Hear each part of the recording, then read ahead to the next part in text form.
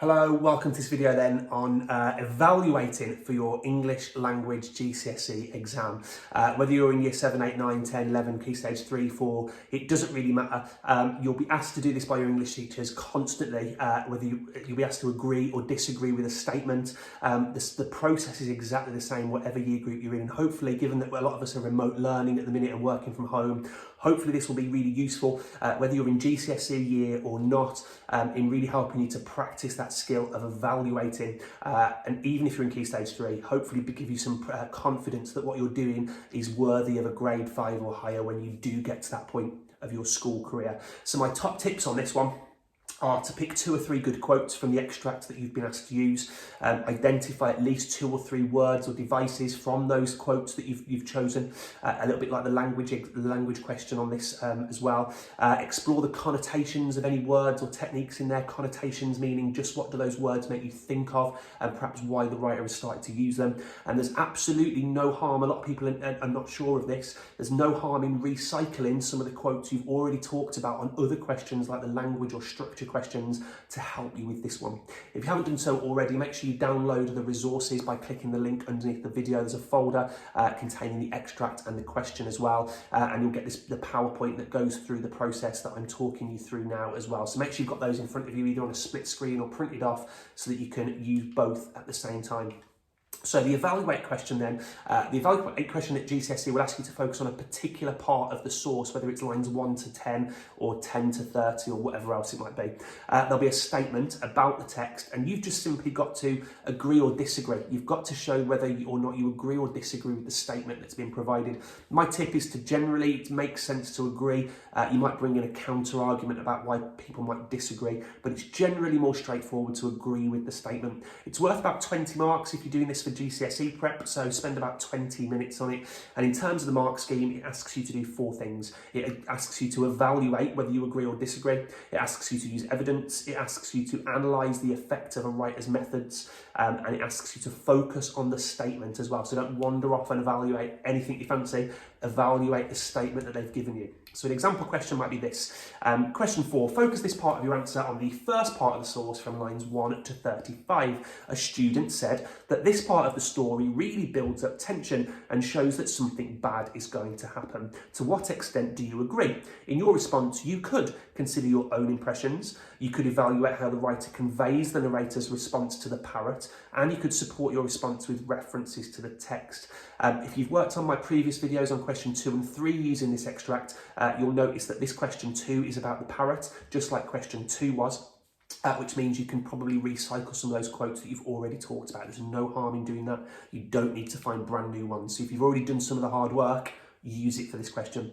And again, it's about squeezing as much from those quotes as you can. Whichever quotes you choose, don't just talk about one thing, one word or device. Talk about as many as you possibly can that help you to answer the question. So here's an example quote that I've gone through and chosen from the extract to help me answer this question. Where had I seen such a bird, heard such a cry, and why did it so terrify me? And in that quote, you'll notice that I've identified a few features that I could talk about. So for example, I've got the verbs cry in there, which show that, and terrify, which show that something bad is happening, which is part of the question. The question was showing that something bad's going to happen and building up tension. And in my opinion, those verbs terrify and cry really do show something bad potentially happening. There's also some listing in there. Where had I seen such a bird, heard such a cry, why did it terrify me? That listing builds up some tension, so I'm definitely going to talk about that. And finally, the whole sentence is a rhetorical question. He's not asking for an answer, he's talking to himself, he's racking his brain trying to work out where he'd heard these things before. And again, for me, that definitely builds up tension. So make sure that the quote you've chosen and the features within it really do help you to answer that question and focus on the statement, because there are marks for focusing on the statement. So answering the question then is a 4-step approach. Number 1, agree or disagree. Number 2, put your evidence in that supports your opinion. Number 3, make some inferences. What can you work out from the quotations? And then number 4 is to analyse the language or structure that's been used in that quote. Why do those devices or words help you to agree or disagree with the statement. Remember to stick to the focus of the question. And just like we've talked about on previous questions in the language and structural videos, you'll know if you're hitting a grade 5 or above because you'll be talking about why a writer chose to use particular words and phrases, and you'll be using words such as introduces, reinforces, develops, suggests, repeats, those sorts of words. If you're not using those sorts of words, then you're potentially not getting to that grade 5 standard of writing. So here's an example paragraph. I agree with the student when they say that tension is built in this part of the source. The protagonist questions himself, and through his inner voice we hear him say, "Where had I seen such a bird, heard such a cry, and why did it terrify me?" We can infer here that seeing and hearing the bird concerns Sir James Monmouth. Perhaps he's had an awful encounter previously. He admits his fear freely. The writer cleverly merges listing with a rhetorical question to allow us to hear his inner voice and his inner panic. Tension is certainly built, and the listing perhaps highlights his breathlessness as he searches for a past memory. The rhetorical question allows us to also feel his panic as he racks his brain searching for the solution to this confusion.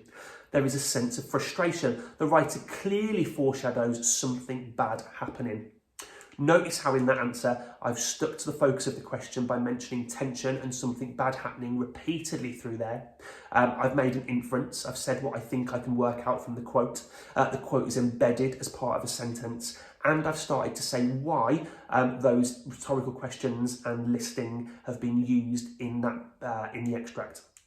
So let's have a look at how this answer achieves the marks then for a grade 5. So we've stuck to the focus of the question by referring to tension and something bad happening. The quote is embedded. We've analysed the language and the effect, and I've squeezed as much juice from my quotes as possible by talking about at least 2 of the devices contained within the quote. So what I would do now is use a couple of your own quotations from lines 1 to 35 and attempt to respond to that task yourself. Use my model as an example.